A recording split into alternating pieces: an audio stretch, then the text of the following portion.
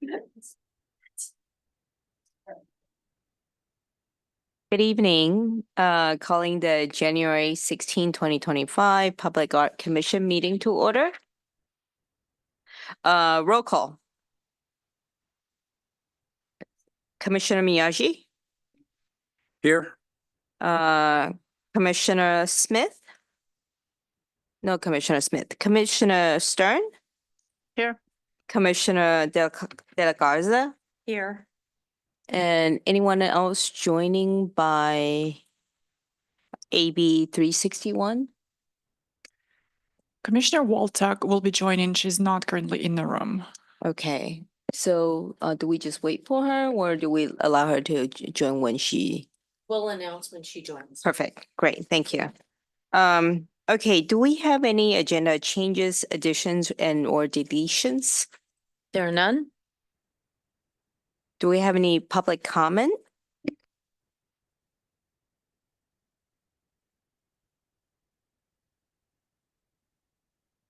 All right, first action item, approval of minutes. Do I have a motion to approve the December 19, 2024 minutes? So moved. Do I have a second? I second. Okay, I'm gonna roll call this. Commissioner Stern, Yes. Commissioner De La Garza, Yes. Commissioner Miyagi, Yes. and yes for me as well. Okay, do we have any city official comments? Yes, we have a couple. So as we announced at the last meeting, we do have a current open call for artists for the pre-qualified pool. And so that is open till January 27th. Simultaneously, we also have an open call for muralists because we keep those in two separate pools. So please forward the call to any artists or groups that you are associated with. We'd like to make sure we have a nice robust pool to pull from for future projects. Also, I just have a note from the clerk's office. There are current recruitments for positions on the Architectural Review Board, the Utilities Advisory Commission, and the Human Relations Commission. So if you know anyone who's interested in jumping in and becoming a commissioner, let them know. And that's it.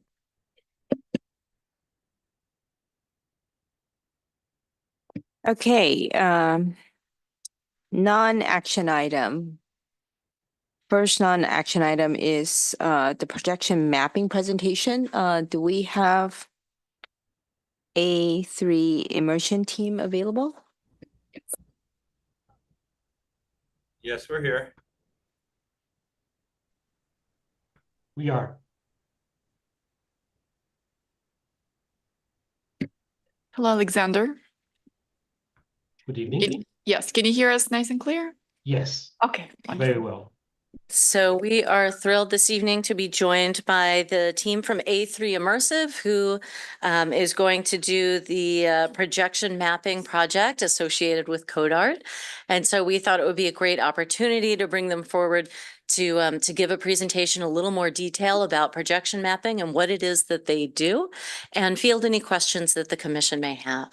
So with that, we will turn it over to Alexander. Very nice to meet you all. Thank you very much for having us tonight. We're very excited to be here and to share some information about projection mapping and like the festivals in which we have some experiences, some pretty significant experience as we have been producing similar events for the past few years, I would say. To start introducing myself. So my name is apparently, I'm sorry, Sean's camera is locked apparently. We're working on that, Alexander. Thank you. Okay, just making sure.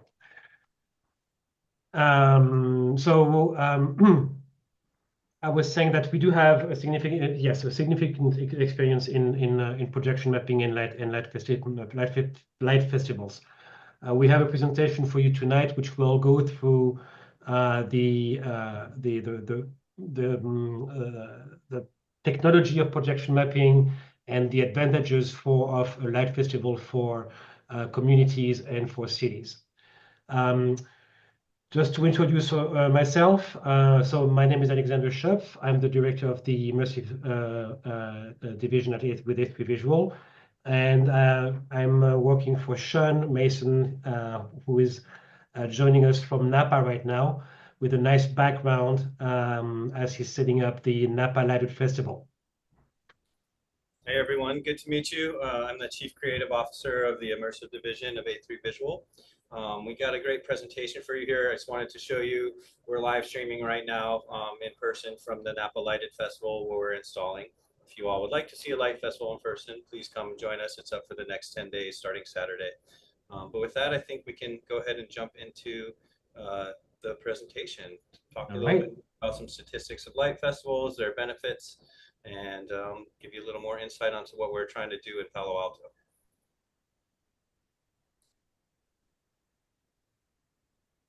Let me go full screen. There we go. Can everyone see my screen?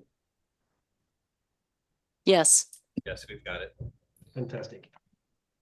All right, so we can go to the first slide, please. Thank you.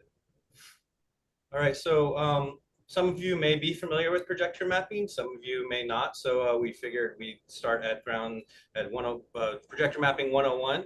So there's different types of projector mapping, 2D mapping and 3D mapping. 2D mapping is flat surfaces, 3D mapping is three-dimensional objects. You'll see examples of both in here. So projection is the art of putting light and motion graphics onto an object, whether it's a building as large as a building, or it could be as small as something the size of a shoe. But what we specialize in is building mappings and large-scale light festivals. So we can go to the next slide here. Thank you. So we also specialize in festivals of light. So we do the Let's Glow Festival in San Francisco, and as you can see in my background, we also do Napa Lighted. Let's Glow is 4 years old, and Napa Lighted is about 8 years old. We've been involved for the last 3 of those 8 years. We're a technical provider in Napa, but in Let's Glow, we also curate all of the artists, curate the experience, some of the light sculptures, things like that, as well as art direct a lot of the pieces for Let's Glow San Francisco. Do you have anything you'd like to add there, Alexander? I'm sorry, what? Did you want to add anything to that? Oh, I'm sorry. No, I did not. Okay, great. Sorry. So why a festival of light? Festival of light is really the perfect experience for a community. It brings in a lot of people, a lot of attention. It garners a lot of artists from around the world to both participate and often travel to the Festival of Light. So it brings in culture. You can be locally, nationally, internationally, all of those types of artists can participate. Because it's a digital art form, we can switch from piece to piece, so we can showcase a lot of different aesthetics and genres of art. It's really a versatile medium for us to be able to express ourselves in. And it encourages reemergence. It's helping bring cities back to life, all across the world, but also specifically here in California with Let's Glow and Napa. We'll give you some statistics there. It can very easily be scaled. We can start from a smaller light festival in one building and scale over years to multiple buildings. Napa Lighted has 3 buildings this year. Let's Glow, we did 8 different activations throughout the city. So it's definitely a scalable experience as well. It still garners a lot of foot traffic. It's also, very inspirational and educational. I think you can, see from some of the projections behind me that it's very attractive and inspires a lot of people. And you can also have messaging in it, very educational messaging. And all in the end, it is about tourism and economic stimulation as well too. It's a great way to bring money into local economies as well as tourism for local businesses to activate and to be a part of the festival and to really kind of stimulate that sort of that economy. So they're a worldwide phenomenon. There's festivals of light that happen all over the world. Here's a handful of them, logos. We threw in the Code Art logo there for you too, because we're really looking forward to participating in Code Art this year. But you can see there's many different ones of all varying sizes. Some of these into the million plus 2 million attendees throughout the course of the festival. So they can grow and grow quickly. You also will notice that some of these take place in larger cities. Some take place in like medium-sized cities. Some take place in small towns. Luma Festival, for example, takes place in Binghamton, New York. They have about 40,000 people that come out for the 2-night show. So there's really a lot to be said about how different cities can activate and how beneficial it is to their different locations, and a proven track record of success as well. Oh, I'm sorry, I didn't mean to interrupt. Just wanted to add something about that. So one interesting things about all those worldwide festivals is the fact that as far as we know, at least, none of them has failed. So they've been existing for at least for some of them for over 20 years, such as the Fête des Lumières in Lyon, France, which is one of the first ones ever created. And year after year, all those festivals have been building up in a very, very successful way. And the second thing I want to mention here is the fact that out of all those worldwide festivals, few of them are in the United States, which increases I would say, the impact of light festivals whenever they are launched in the United States, because it's still considered as a very new event. It's considered as something unseen so far. So that's another reason why light festivals keep developing every year like that. Thanks, Alexander. So let's dive into just a couple of interesting facts about Let's Glow SF. This year was our 4th year. We had a record-breaking 87,500 visitors. You can see our growth there over time. So, we started with 40,000 and have since over double the amount of visitors coming. You also notice the economic impact through a series of surveys and, interviews and things like that. We've been able to calculate how the economic impact has grown over time. And what we found is that people are coming and they're spending more money now. And they're telling all of their friends, they're telling all of their families. We have a lot of repeat people coming year after year, claiming how much they loved it last year and how much they want to see it again.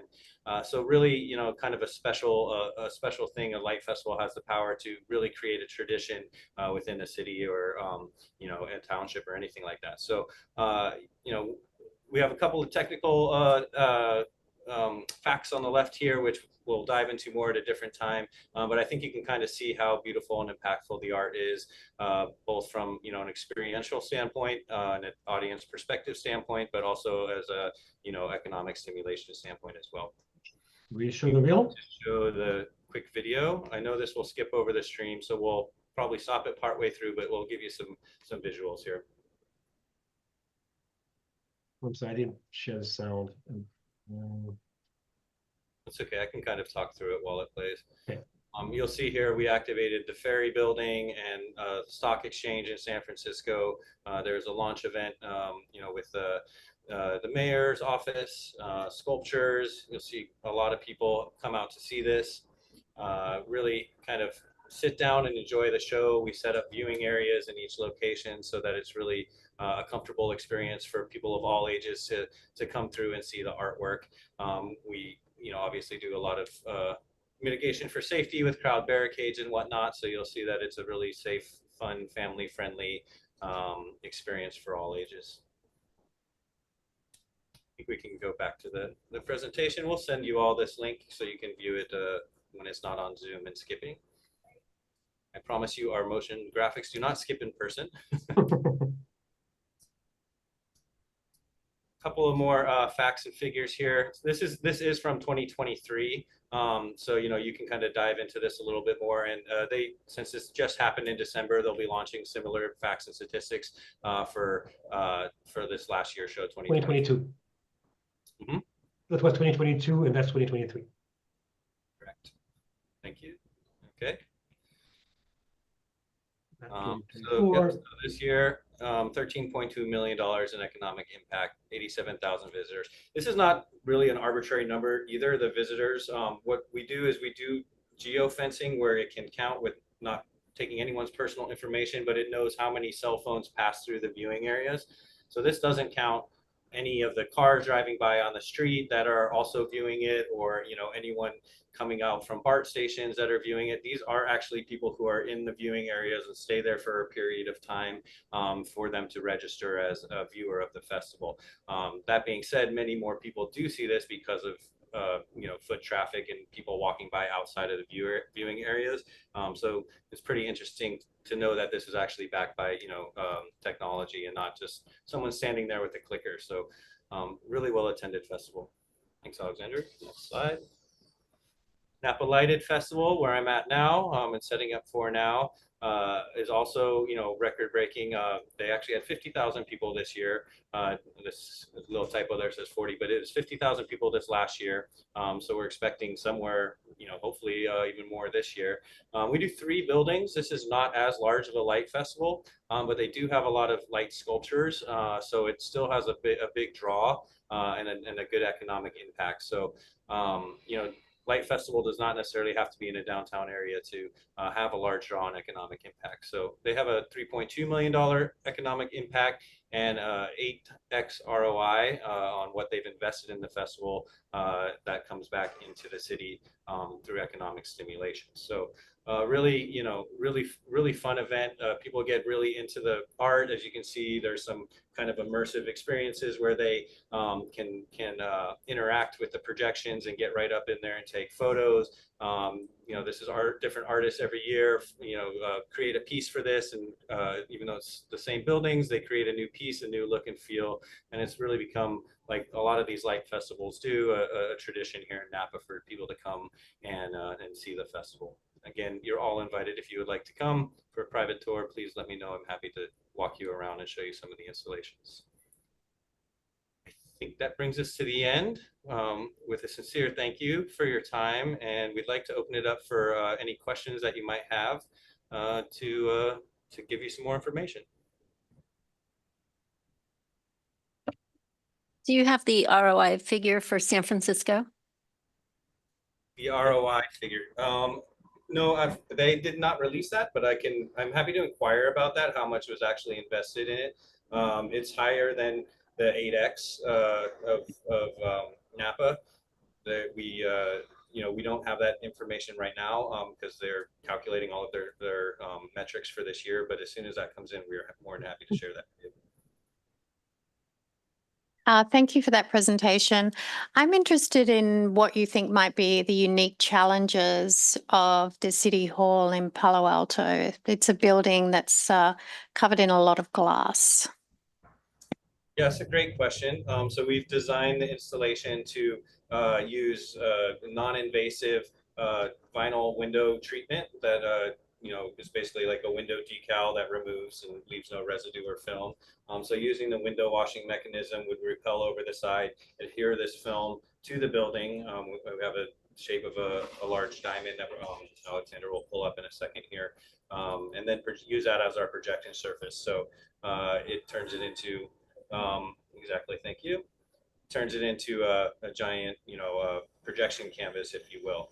This goes in between the columns. We project on the columns, so we have some architecture to play with, as well as a very large, impactful white surface. This is also perforated vinyl, so you can see out from the windows, much like the same vinyl application that goes on bus windows where you can see out, but there's printing on the outside.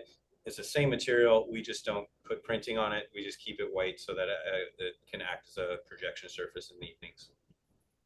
And what happens with that vinyl decal afterwards? I'm very concerned with the recyclability of it, for example. Yeah, so they're looking into the green vinyl, and there's more environmentally friendly materials. I believe that you've received samples of those. If that hasn't been shared, we can make sure that you can get to see those. But there's a green line of these samples that can be recycled. That we recognize that is a concern, and we have addressed that and presented some options for green And I understand that it is recyclable. I'd like to know if it is going to be recycled.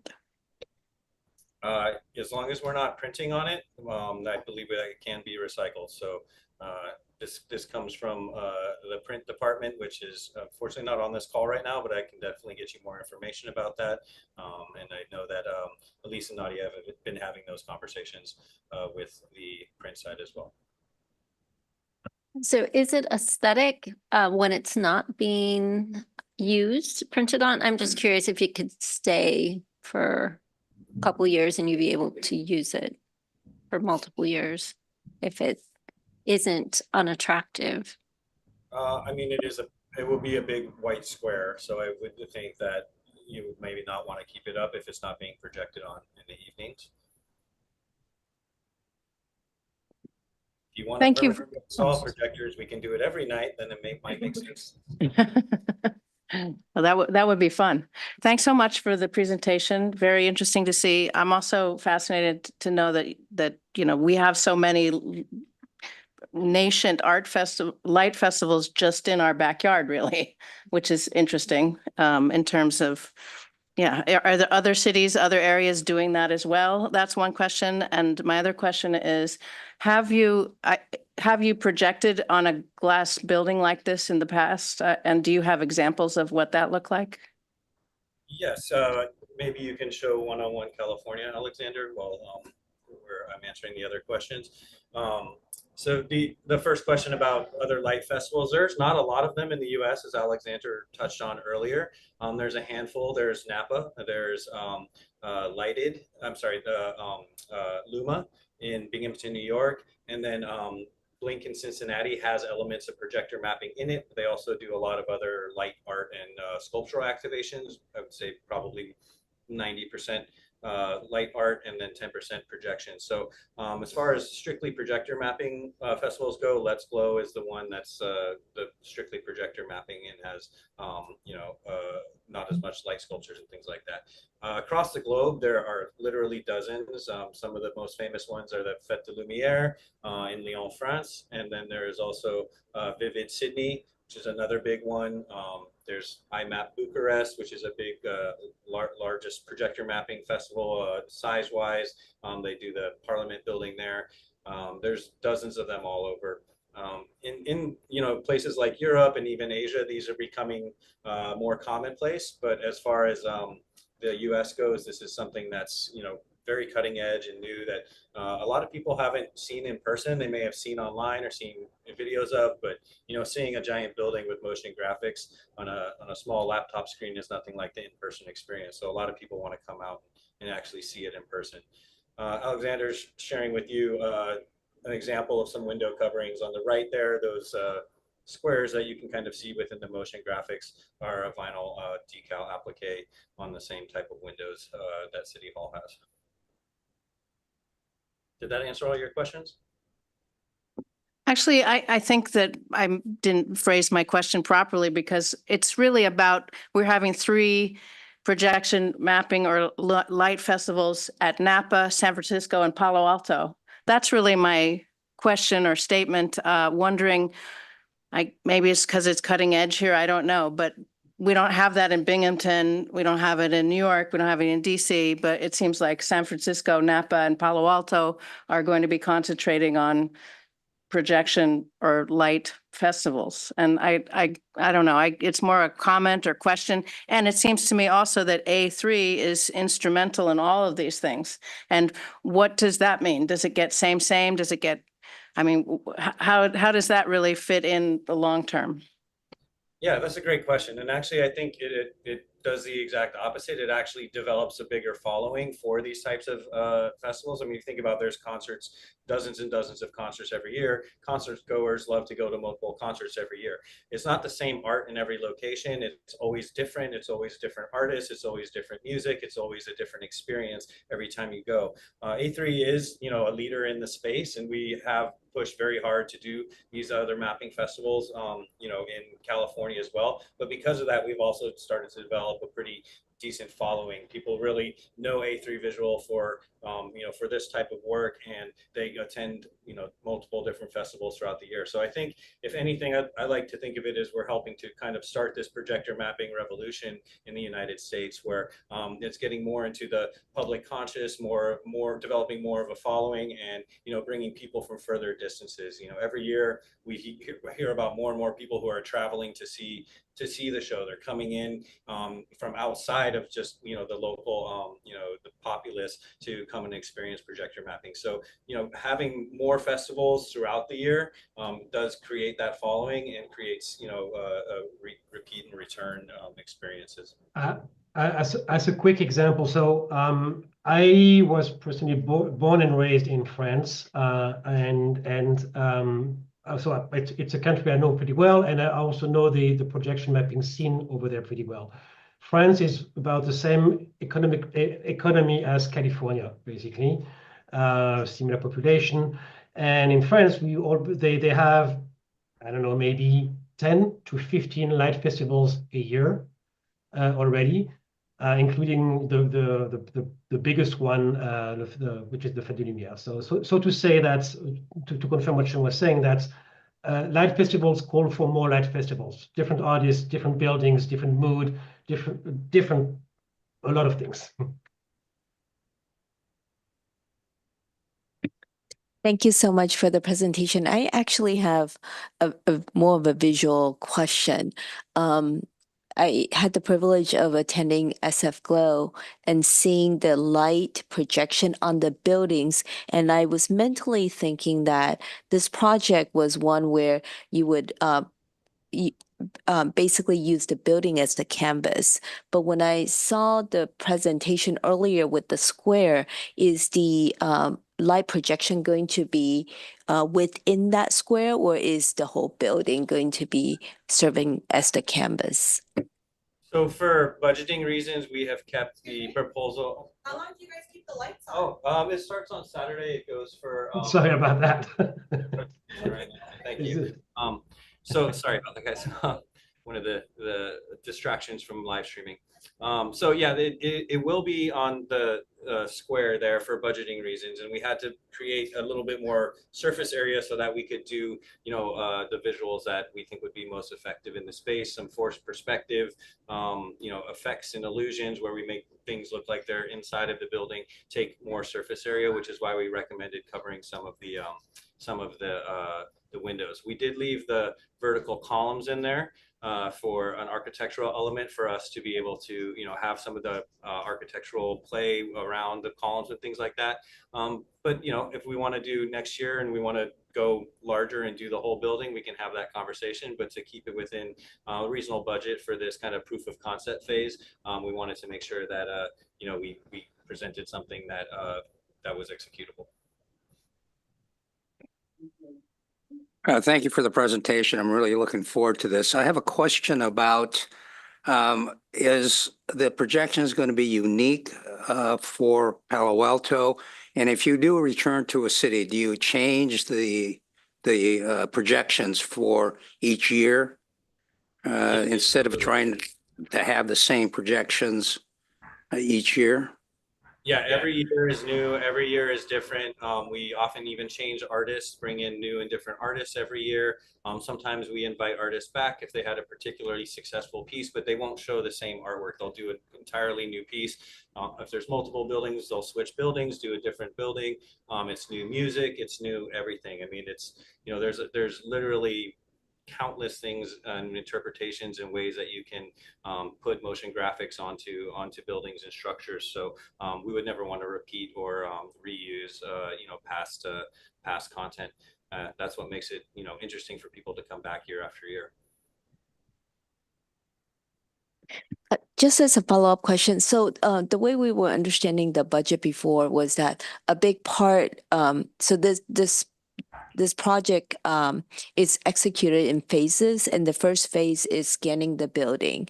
And the way I understood it was the scanning part of it, that information is foundational for them to create the artwork, to do the projection. So if we are scanning, maybe are we scanning the whole entire building, or are we only scanning that square part? And so in the future, let's say if we want to increase the projection size, will we need to rescan? How much of this is transferable and reusable? The products are not reusable. The way that it's taken off makes it so that it can't be used again. But again, they're looking into the recyclability factors, and we'll get more information for you on that. Yes, doing the entire building, scanning the entire building would take more material. So that's kind of why we kept it down to just the columns in between, or sorry, the windows in between the columns. We're not wrapping the columns. We're not wrapping anything but like the strips of windows in between. So if we were to do the whole building, we might do a similar design. But the nice part about these shapes, these decal shapes, is that you can make them different from year to year. It doesn't always have to be a diamond in the middle, again, to kind of change the aesthetic and the look. And then we could activate again with a different design, but we could activate the vertical columns on the building as well too, around the windows, outside of the decals of the future installation.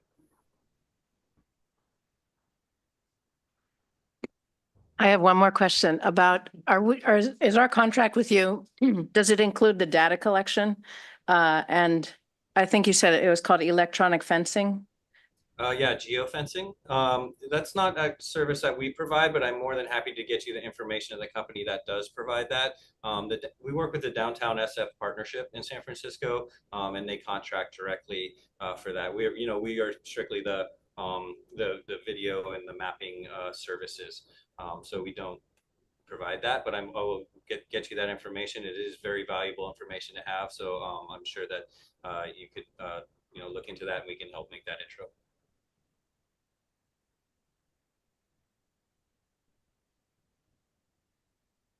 Any other questions for A3 Immersive while we have them on the line? Okay. I think that was it. Thank you so much, Alexander and Sean. It was wonderful to have you join us today and for the wonderful presentation. Great. Thank you, everyone. Thank you for your time. Thank you. Take care. Thank you, everyone.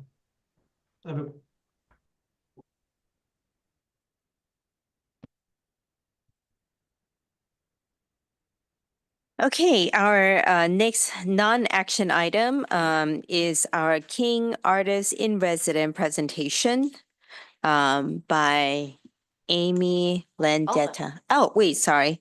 Alma Landetta. Welcome.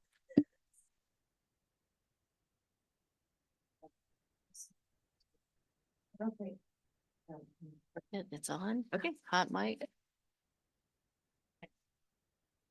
Good evening, everyone. Good evening, everyone.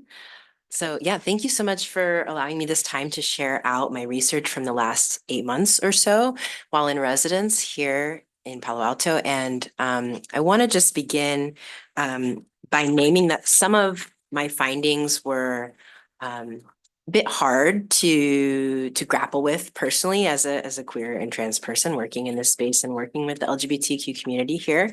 And of course, this was information I came in having some awareness of in my presentation and proposal for the residency in this very room, not that long ago.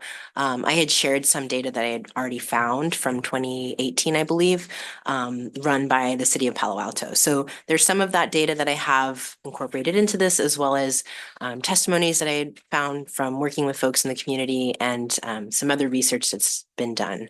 So yeah. I want to start acknowledging that by grounding us with a study that was done by PrideNet. So if you can switch the slide. Oh, excuse me. I do want to open first with this question, actually. So sort of a guiding question that arose from this research and from the work that I was doing was around this idea of anonymous visibility. And I'll talk a little bit more about that in just a bit. But I was asking this question of what does anonymous visibility look like for Palo Alto's LGBTQ community? And is it possible for that to reflect our diversity, this diversity that I'm seeing within these many intersectional communities? And so just kind of to share the scope of the research that I'm going to share with y'all tonight. I'll begin with looking at demographics, both historical and contemporary. I want to share some community partners that I was able to work with and am excited about sharing with y'all as an additional resource for this work. I want to talk about the public programming that I've done, the community engagement that came out of that, and then of course the challenges and opportunities that I found through this research. So here's the study from PrideNet. So although so much of this data points to a real need within the LGBTQ community, particularly here in Palo Alto, and a deficit in some ways, I appreciate PrideNet focusing on subjects like joy. So they worked with data from 315 individuals asking questions, open-ended questions around these themes of joy, and specifically what it is that these individuals like most about their identity as members of the LGBTQ community. So I like to think about this as like a resource and a roadmap, so to speak. So it's, these are folks who, of course, this is, PrideNet is based out of Stanford. They're looking at this data nationally, I should say, but it is a reflection of a lot of what I was hearing from community members in Palo Alto as well. So when we think about things like joy and what it is that you find affirming for folks who identify as LGBTQ+, there's a lot of people talking about this idea of needing to feel connected with others, creating a network of support of one's both chosen family and family of origin, helping others through volunteering and activism. So there's not just that community engagement, but also this idea of like supporting one another and supporting others who might need more support. Participating in cultural and spiritual activities. So thinking about the intersection of various cultures within the LGBTQ community, engaging in activities that bring out happiness and positive emotions. Oftentimes a lot of this data, and again, what I'm going to be sharing with y'all tonight is rooted in trauma and harm in ways that individuals are feeling as if it's not working, so to speak. So rather than just looking at the negative and looking at what's troubling, I want to like really be mindful of bringing in those narratives around joy.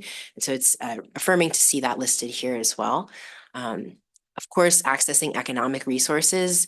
Queer and trans folks often face fewer economic opportunities and often find barriers to job entries. So just acknowledging that and trying to identify greater financial opportunities as well as jobs. Exploring one's authentic self and or own self of identity, this idea of like being able to be proud and open, and then also overcoming these hard experiences. So being able to come through the other side.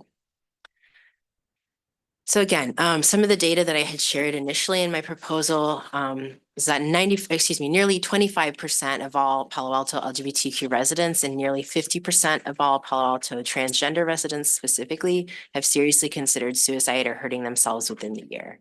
So I came in knowing this data, and it's very similar to what we see on a national level. Thanks to folks at the Trevor Project, which you may know about, which is working specifically nationally with LGBTQ youth primarily, and also looking at mental health and finding resources to support mental health within the LGBTQ community. So these numbers are pretty similar. And something that I shared in my initial proposal was that I think for me, I grew up in Florida personally, and I've been living in the Bay Area now for, I think, 12 years. The Bay is most definitely my home. I feel really grateful to be here. And I think was a little shocked to think like, where I had come from, where it felt hard to be openly as I am, that I kind of sought refuge in the Bay Area. So knowing that our at least numbers in this way of looking at how individuals are thinking about things like self-harm and even suicide in some cases mirrors what's happening on the national level was a little concerning, to say the least. So next slide. So thinking about what do we do with this information? The City of Palo Alto's Office of LGBTQ Affairs hosted a listening forum during my time in residence back in June. And so this was a really great opportunity. I was really looking forward to this as an opportunity for folks to speak candidly about their experiences here in the city. It was a call specifically for folks who identified as LGBTQ+ and were residents of Palo Alto. So what came out of that conversation was primarily a lack of recognition around existing resources. So we started by trying to brainstorm, what are some current services that you know about as an LGBTQ resident? And many people we're sort of like, well, that's why we're here. We don't know. And so right away, this was an event happening at the library. Something that came out first was that the library often holds events like this. The library is often a hub and a resource in that way for community gathering. And so that was really affirming and really exciting to think like, okay, we're here, it's happening, you found out about this. But what was I should add a piece of context to this that was concerning to me was that of the 16 attendees, only 2 actually were both residents of Palo Alto and identified as LGBTQ+.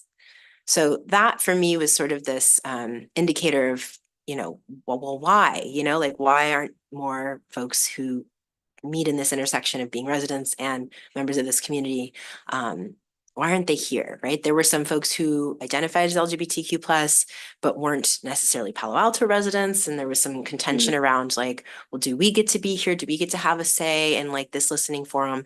And then of course, there were residents of the city who were, eager to hear and allies and wanting to be that support, but weren't able to speak from that I perspective. So it was just interesting to see like, okay, there's a lack of communication around this or outreach or, and I think it all kind of points back to this, people aren't aware of what's available. I think there's also in some cases these like barriers to the service, right? So whether that's through some of the things that we just talked about in terms of like economic or job resources, things like that, folks having struggles with mental health, lots of, different ways that we talked about potential barriers. But again, it was really hard to like come away with concrete data, knowing that there were so few people who were able to speak from that perspective. So this was earlier on in my time period and in my research. And so I kind of pivoted a little bit. And so, so something we talked about was a big takeaway of wanting to create more resources on the city website, thinking about creating something like zines that could potentially be distributed at the library, knowing that people are aware of the library as a resource, like how can we make that as a hub where people might come and find these. So knowing that there was, I wasn't finding a lot of people in community in that way. And a lot of the people who I was talking with or people who had come to me, knowing that I was working on this project had shared that they, were excited I was doing this work, but were not necessarily comfortable talking openly about it. Or in some cases, these are people who maybe were closeted or not wanting to be open to their community. So it got me thinking more about the historical context. And it was actually on a panel at Avenidas here in Palo Alto during one of their Pride events for the Rainbow Collective at Avenidas Senior Center that I met Ken Yeager. I don't know if folks are familiar with Ken in the room, but he's done really amazing work in terms of LGBTQ rights in Palo Alto specifically and broadly Santa Clara County and even with statewide effects. So you can switch slide. Yeah, so that's Ken on the right there. And Ken, along with his colleague there, Wigsy Severson, helped to form BAMEC. And so coming back to this theme around anonymous visibility. So BAMEC actually stands for the Bay Area. Oh, I think I have it down at the bottom there. I want to see. Bay Area Municipal. I forget. It's an acronym, but nowhere in the acronym is there anything that would be, gay, lesbian, bisexual, queer. None of that language is used, and that's by design. So Wigsy and Ken talked a lot about when they had formed BAMEC in 1984, that there were folks who were wanting to get involved, who were really motivated around like legislation in support of LGBTQ rights, but that they themselves were not out or open, or even if they were allies, they felt that they would be under threat to be like openly supporting an organization like this. So here's an example of, okay, well, we can't call it that, so we'll have to have more of a coded name, but we within this system know what that means. And so there's safety in knowing that anybody outside of that might not. And they continue to be a really great resource and doing a lot of great legislative work in the community. And so one really amazing resource that came out of BAMEC more recently in 2021 is this documentary and I would call it an archive a website full of really beautiful resources called Queer Silicon Valley. And so this became a really great resource for me in looking to the historical context of what has queer and trans history looked like in Palo Alto and Santa Clara County broadly. So I have a few of these images, stills from the documentary here, along with some testimonies from that. So this scene here was at a bar called Mac's Bar. And, you know, there was a quote from somebody in this documentary talking about the only place you could feel safe was in a bar. And so knowing that there weren't a lot of these resources that existed, right? We didn't have community centers then the way that we do now. And, you know, what did that mean in terms of that barrier to entry to maybe folks who are sober or folks who aren't of age to drink, right? So it's only a certain subset of people who could have access to what was that one and only resource at the time. And in the report, I have some more stills and some more quotes from different organizations like that. Pro Latino was another really great organization that came out around that time that didn't operate in a bar and was specifically working with queer and trans Latina people. And so coming to today and thinking about, okay, what are some of these resources that do exist and how can we start to make these more visible within our community? The Q Corner is a two-spirit LGBTQIA+ wellness center that exists here in Santa Clara County. Galaxy Community Center is founded by an educator from Palo Alto who's actually working with queer and trans youth nationally. So they meet virtually. I was able to attend one of their meetings, really, really sweet group of kids, mostly under the age of 13. So like young kids. There's a Stanford queer student resource, of course, working with a university student and providing support there. The LGBTQ youth space is for youth. So they identify that as folks between the ages of 13 and 25. For anyone living in Santa Clara County, and they're based in San Jose. San Mateo County Pride Center, another LGBTQ community center resource that has been really supportive in my work through this residency. PrideNet, which is a research group, the one that I had shared that initial infographic from, and they continue to do a lot of really great health research within the LGBTQ community. Of course, Avenidas, as I mentioned earlier. And then again, Palo Alto's city libraries have been a really, really great community partner and resource to this project. So I got to do quite a bit of different types of public programming. As I mentioned, I was really trying to find people who were at this intersection of being Palo Alto residents and identifying as LGBTQ+. I wasn't limiting my workshops to those affinity spaces, but I was explicitly talking about the work that I'm trying to do in that. So at things like library workshops, those were, I would say, the most successful in terms of connecting with a broader audience and just getting to meet with local residents and talk to them about the project. Panel talks, like the one I did with Avenidas, where during their Pride event, getting to talk with some really wonderful queer elders, some folks who had said like, oh, you're at the Cubberley Studios? Like I went to high school there, you know? So like getting to talk to people who'd been in the community for a really long time. I hosted a couple of portrait pop-ups, so some even here just in the plaza, just as people were kind of passing by. Queries Hotline, I want to talk a little bit more about that. So because again, it was like sort of like finding folks who were willing to talk about this and open to talking about the questions that I was asking proved to be pretty difficult. But I created Queries Hotline, which is just a Google Voice account. So a separate voicemail that anybody could call or text even to leave an anonymous message in response to this question of what do you want residents of Palo Alto to know about your lived experiences here as a member of the LGBTQ+ community. And so although the number is low compared to the other outreach events, I would say the responses I got from that were really rich. Like I think about it like quality and quantity, right? Like it's the types of answers I was getting, and I think, you know, in large part because of the anonymity of it, were really powerful, really in some cases like heartbreaking stories and really affirming stories and kind of everything in between. So that was a really great resource and one that continues to remain open. A lot of those all of these community partners that I had listed were ones that I had explicitly reached out to, asking them to kind of share this number around to kind of get some more people to contribute to that. Another really successful community engagement piece was through open studios. So I held some like private open studios where I would invite different people from the community to come and see what I was working on. And then, of course, there were some of the more formal Cubberley Studio Artists Open Studios, which we did one in the summer that was pretty low attendance. And so I wasn't sure what to expect when we did it again in the fall. And it was really well attended. So that's where the bulk of that number comes from. But yeah, so really, really great experience with that.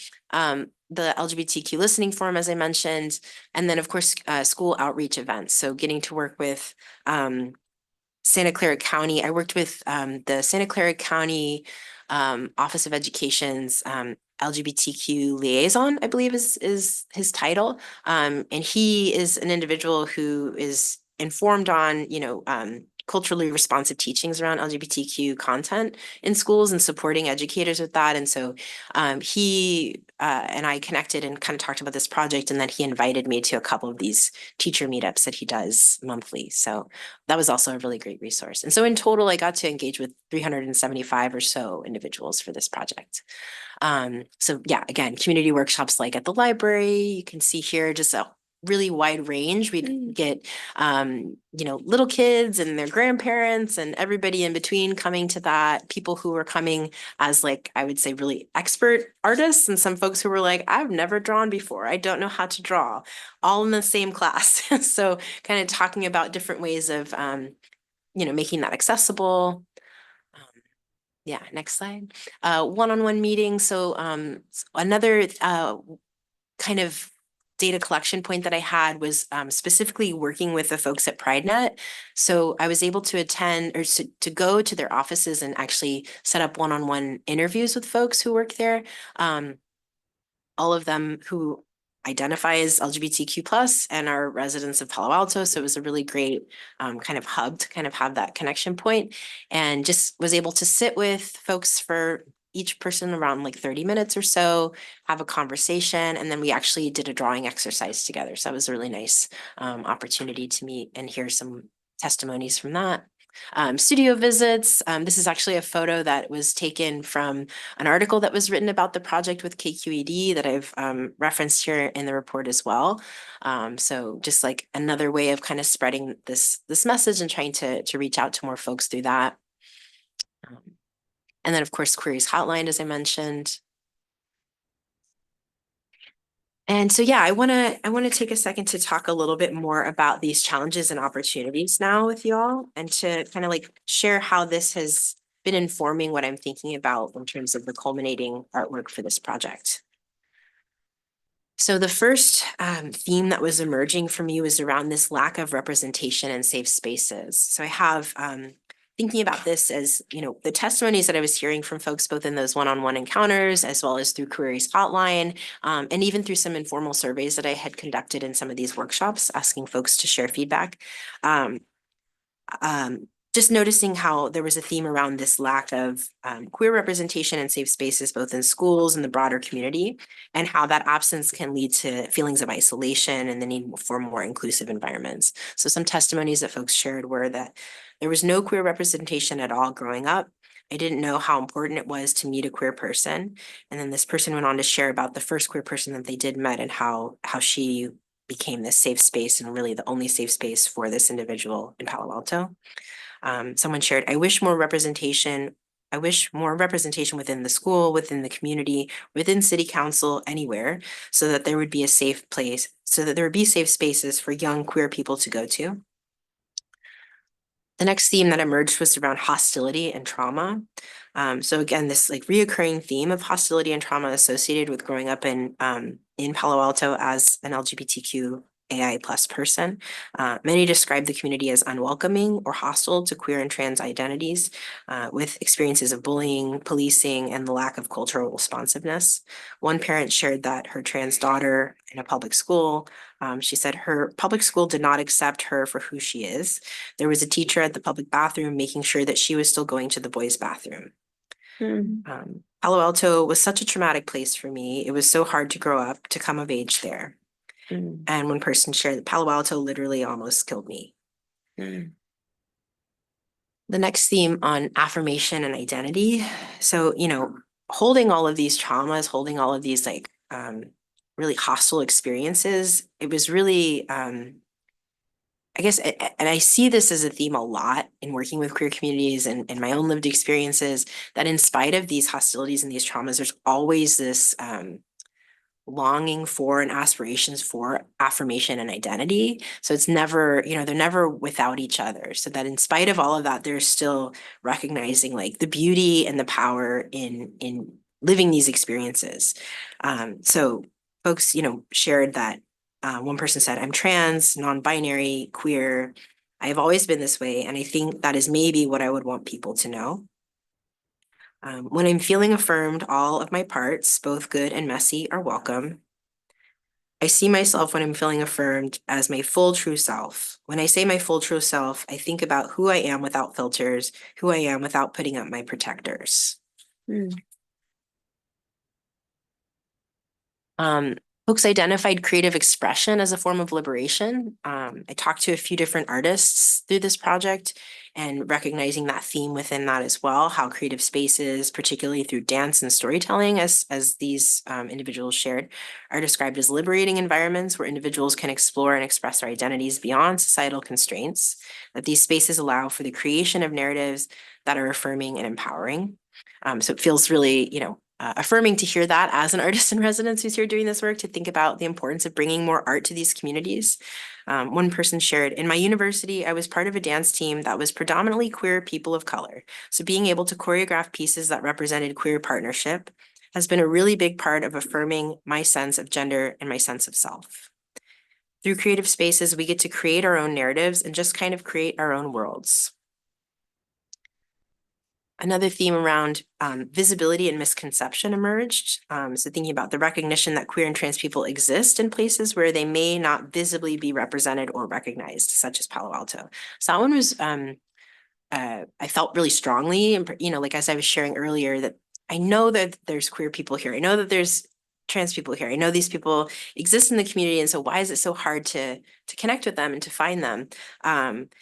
And I think a large part of that is around the invisibility of it. And sometimes that's by choice, right? People are choosing to be stealth in some spaces out of safety, out of protection. And sometimes that's just, we're not seeing them in positions of power. We're not seeing them represented in leadership roles, right? So there can be that kind of invisibility. One person said, it is sad to know that even here in the most progressive and inclusive town, people are still not as open-minded and understanding of transgender communities. Another shared, just because we're not always visible doesn't mean we're not here and we're not paying attention and we're not living our lives and looking for support and community.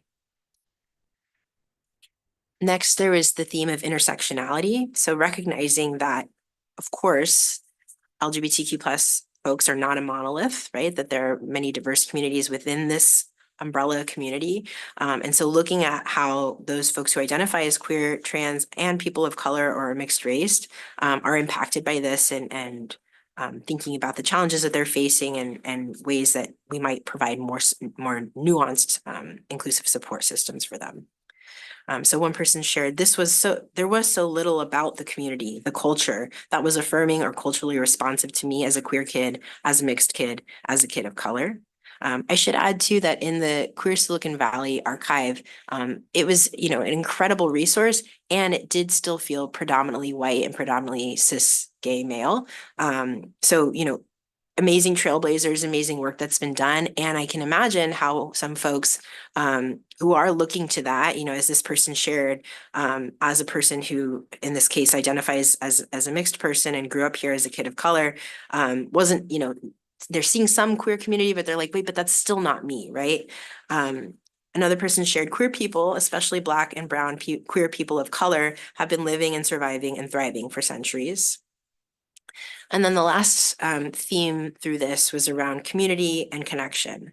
And so despite the challenges, there's still this strong emphasis of the value on community and the importance of having that kind of connection and how that can provide a crucial support and sense of belonging for so many people. And we see this time and again around data, around self-harm and suicide rates, that when there is that sense of community, we see those numbers going down significantly. And so this person shared, I made at least one lifelong queer friend who's also a person of color, and we had to come up together through that place.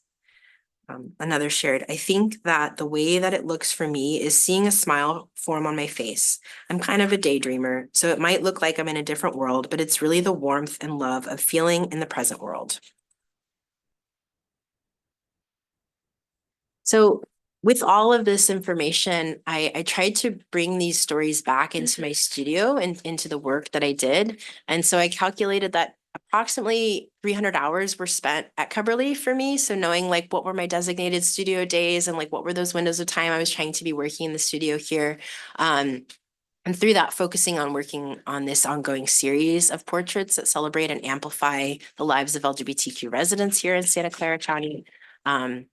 I started really focused in on Palo Alto, and of course, that's still my focus. But it was pretty soon I was realizing that there was sort of this web, right, across Santa Clara County. And just, kind of hearing the voices of those individuals who attended that listening forum who were like, hey, but do we have a voice in this? Like, we live in San Jose. Like, do I spend time here, I have done, they had all these different stories to share.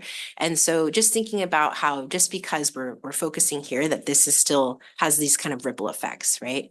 And so I was also thinking about like bringing in these historical and contemporary representations, right? So like looking at Queer Silicon Valley, like looking at the archive and these like queer and trans elders and the work that they've already done. And then thinking about like how, this is still present today. A lot of these struggles that they're naming are struggles that we're still facing today. And that's not to say that there hasn't been significant work done to allow for more rights, more freedoms, and more sense of community here. So trying to bridge those gaps and think about how the past and present can kind of be in dialogue through the work I'm doing. And so in conclusion, what I'm thinking about for this culminating work is a temporary installation in King Plaza that will feature a retrofitted payphone that will house these oral histories. So I have a lot of audio that I've collected both in these one-on-one interviews and in the Queries Hotline testimonies. And again, I'm keeping Queries Hotline open as long as this installation is up so that I can continue to add audio to that. But thinking about how that payphone might serve as sort of this like home for these stories. And then in the theme of anonymous visibility, like how might I then envelop and protect those stories further beyond just the payphone? I'm imagining sort of a reflective metal, almost kind of cocoon-like wrapping around this payphone so that visitors are invited to walk along a kind of coiled path to arrive at that phone, to arrive at those stories. I'm really interested in working with a reflective material so that folks can literally see themselves reflected in the work, visitors can see themselves, and having these kind of gestural cutouts in the metal as well. So a lot of the drawing I like to do, as you can kind of see in this image here, can be these really like loose, gestural, figurative pieces that imply an individual without giving too much information to make it too recognizable, kind of playing with that tension of recognition and anonymity. So I'm imagining there might be some of these kind of like line work, gestural drawings actually cut out into the metal to provide this sort of like almost like peekaboo into the center of the actual sculpture. And yeah, again, so leading folks to that center where they then can like hear these stories firsthand. Yeah. Wow. So I think we're ready for any questions you may have from Alma or for staff at this point. That was an amazing presentation. Oh, Thank you very much. Yeah, thank you. I really, I guess I was a bit sad to hear that you didn't have the kind of interaction with the people that you wanted. And I was wondering if there's anything that we could do to help facilitate that in the future. Yeah, thank you. That's a great question. Thank you. I also want to just acknowledge that I'm a visitor, right? Like I live in Oakland, so I don't have roots in Palo Alto. And so I think I came into this knowing that I'm a visitor and that if I were in the position of residents here, particularly residents who are feeling the way that we're seeing in this data, I would be skeptical, or I wouldn't necessarily be wanting to come out of the woodwork to like contribute to a project like this. It takes this kind of community work. I appreciate that it takes time, right? It takes like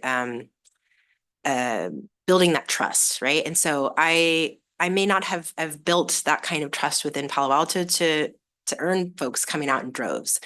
What I hope is that by sharing the stories that I do have from the folks who are generous enough to share that others might feel encouraged to contribute, right? And I should say, like, the people who I did connect with were so amazing, and it was like this you know, I'm not a math person, but whatever the factor of whatever, I talked to this person and then it was like, oh, you got to talk to these 5 other people. And then one of those 5 other would be like, oh, you got to talk to these 3 other people. So there were so many, I had so many really great conversations.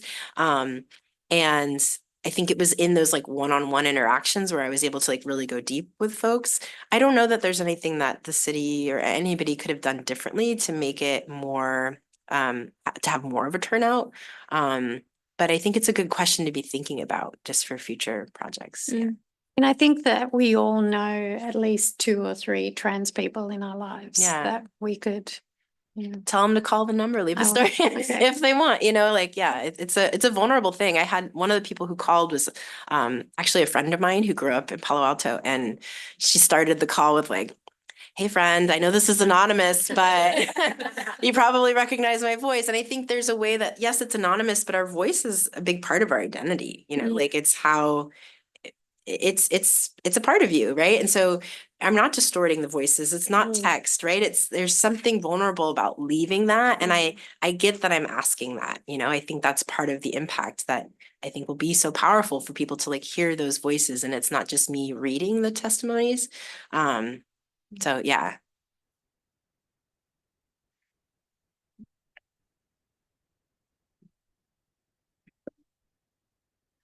Thank you so much for investing the time and trying to make the connection and trying to create space for people to be comfortable to be themselves. This sounds, I mean, it inherently has to be a difficult project. And takes a lot of energy and bravery. So I really appreciate all of your efforts. Thank you. Yeah, thank you. A quick comment. Thank you, Alma, for the presentation. I find it dismaying that there's still a problem with this. I thought we had come so far, but apparently we haven't yet.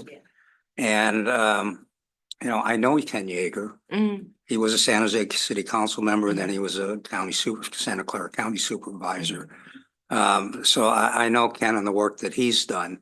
I'm a wedding officiant, and I've done over 200 or 300 same-sex weddings over time. And it just, people will come to me and say, the last thing they'll say to me is, we're a same-sex couple. And I said, okay, you're gonna get married, who cares? But they've said that people wouldn't marry them because of that. And I just find that so disturbing. And I come from a musical theater background. So I know about, you know, all the kids that my kids grew up with and all that. And I just don't understand how people can feel that way now. Especially here. I think California is kind of an island in itself in a lot of ways in that views. There was somebody, when I was working, there was somebody that was from Kansas, from Topeka, Kansas, and he came out as a customer and he's working.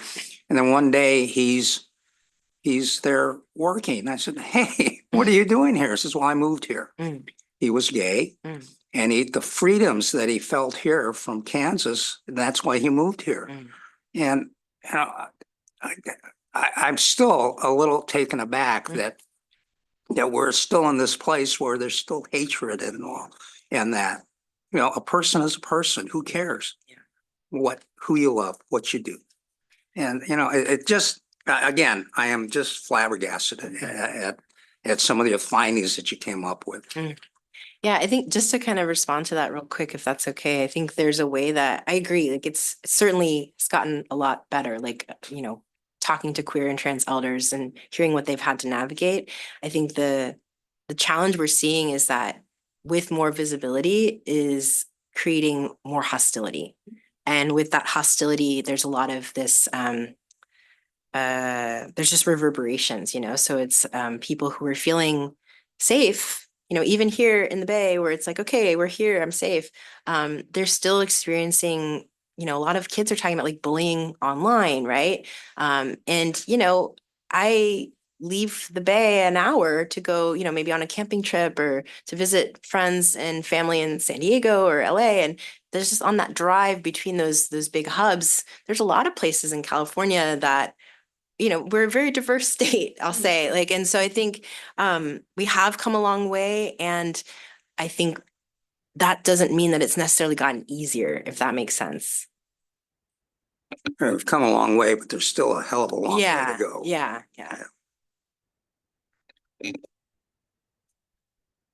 Go ahead. I'm sorry. I'm just kind of thinking through and trying to understand your proposal. So the proposal is, we'll walk along and then we'll get to a phone booth and then we can pick up and we can hear. Now, is there also an input function? Because you talked about like leaving a message. Is there an input function? Yeah, so it's a little misleading. It won't be a functional phone in that way. It's essentially a speaker. So you'll pick it up and in the receiver, there will be a microcontroller that's just playing audio looping. But there will be information about how to call, to leave your own message from your own device. Got it. I also just wanted to hop in just to let the commission know sort of where we are on that. So this is very general. This is the direction we're going. Alma and staff are working with various potential fabricators and whatnot to see what kind of shape the proposal will take. And that will come back to the commission. So this is a very early concept, but when we have something actually sketched out, we will bring that back to the commission for approval. Great, thank you so much. And the only thing I'm trying to I wanted to identify is we keep hearing that people are not coming out to speak. And people are afraid to be themselves. And particularly in this very sort of increasingly difficult climate, we hear about the backlash against DEI, backlash against, some of these more confirming movements. I think it would be a great opportunity if we have the ability to create a space, and particularly when you're talking about the coiling and then retrofitting a phone booth where someone could be there and then giving a voice, like hopefully a safe environment for them to put in, leaving their voice somewhere. And if you can kind of have that register somewhere so that other people can hear it, I think that could be incredibly powerful. Yeah, so just to clarify, are you saying that curious about what it would look like to have the phone be a recording device as well? Yeah, I think one thing I think that's a great idea and I love that. And I want to think about how we're also filtering it. I was really worried going into this, like, what are people going to say? And Nadia and Elise offered generously to even like filter that. They were like, do you want us to filter those in case there's something that comes through that maybe is hateful or hard to, and I was at first like, oh wow, I hadn't thought, like, thank you for offering that. And I kind of declined. I was like, no, that's okay. I'll navigate it. And I went into it with that mindset of like, okay, am I in the right headspace to listen to these stories right now? And it never, there luckily, like there haven't been any incidents of hate speech or anything like that. But I still feel kind of protective of wanting to keep a filtration around. I wouldn't want it to be an instant loop of like, here's my message, and then the next person can hear it, because who knows? I should say I'm a high school teacher too. I've like learned a lot of the ways that like these things can go awry. You have to have like the plan in place. Yeah, so I love that idea, and I wonder if there's a way to like, maybe it's that there's a way to send it to the Google Voice number that then I listen to, that then I put into the MP4 file that goes to the thing, you know? I'm not sure exactly.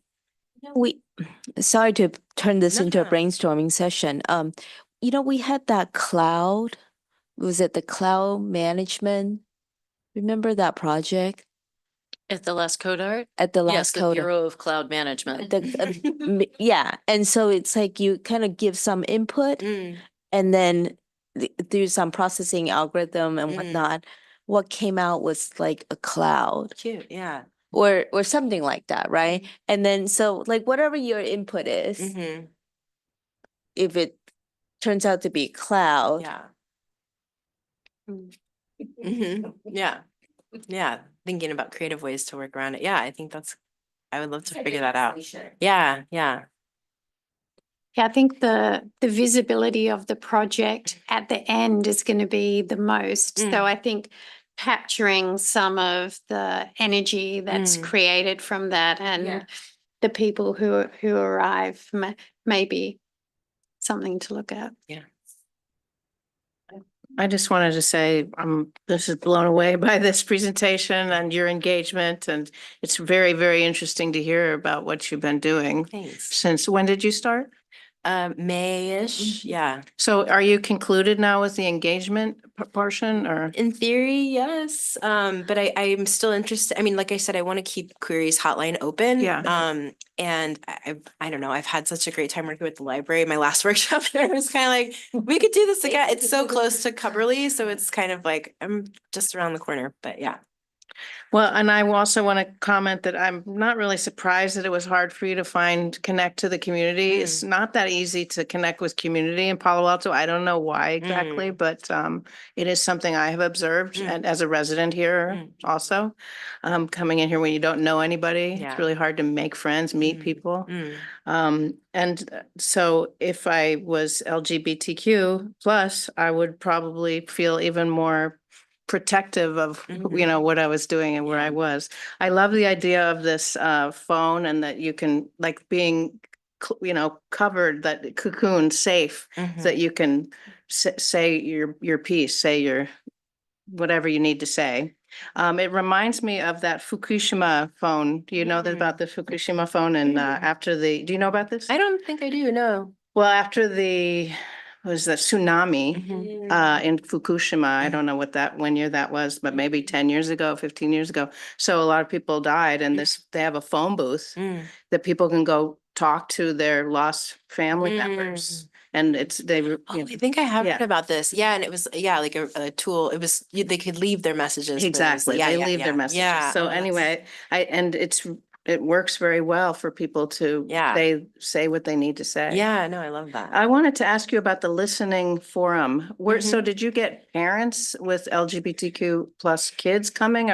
I was wondering about that because I know Yeah. that you're right. There's representation in every single layer of our society. And I was just wondering if you had parents of minors coming and talking to you about resources. So I've had some parents of minors leave messages on the hotline, and I've had some youth share their experiences.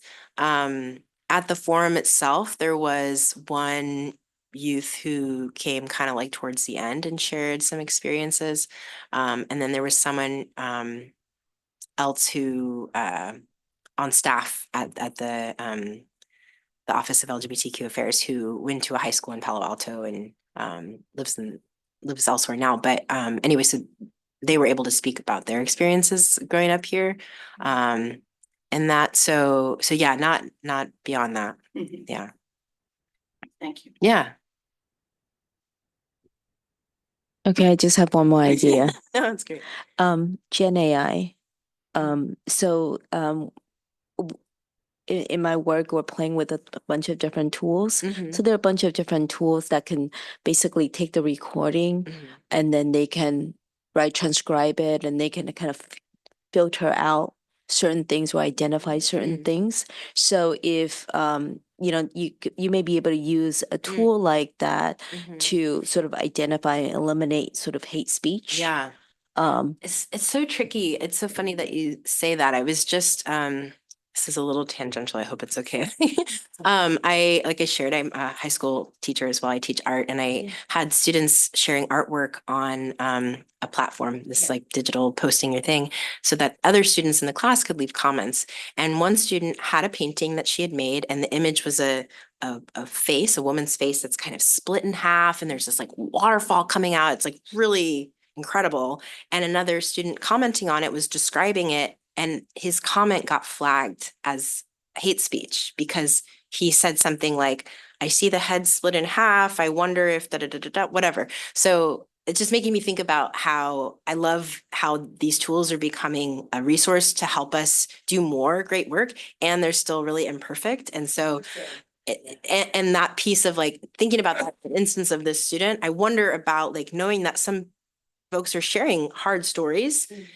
Those are their truth. Those are their lived experiences. And would those get flagged as being hate speech or, it feels like so nuanced. It feels like super tricky to, yeah. But I like that idea. I don't know if there's ways to play with it. I think beyond that. I think you have to kind of go into it thinking if the purpose is just to register, who's going to be the recipient, who's going to be the audience, and so then you set your filter that way. If it's going to just be a recording device, like the authenticity part of it, like Gen AI is not going to be able to accurately discern. They're not going to be able to understand sarcasm. They're not going to understand sort of people talking in ways to maybe conceal themselves but like have the truth come out only in layers. That they're not going to be able to do that. But this may be a good tool to protect the listener from latent hate speech. Yeah,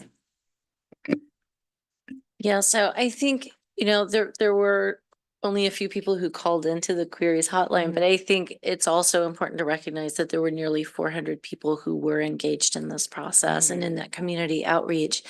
And so a lot of those conversations did yield a lot of great quotes and things. And I think part of the tricky part of being the artist in residence and doing a project such as this is being able to carefully pull based on the emerging themes of what they're hearing and having that weight of, yes, there are some really difficult things to hear, but there are those moments of joy and community.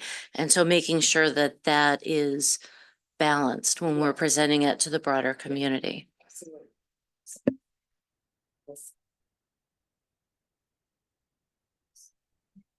Just to add on this, this report will be I believe it already is available to the public. It's going to be posted on our website. The information about the hotline is available again on the King Air residency website, and everybody's welcome to contribute. When the sculpture is installed here, we're considering a meaningful public engagement. All the participants in general public will be invited back to meet with Alma and just again reconnect with the project. So the communication lines will remain open, and the report lists a lot of great resources for the folks. We have a fabulous relationship with our colleagues at the libraries, so there's a lot of good that have been built throughout this project. Yeah.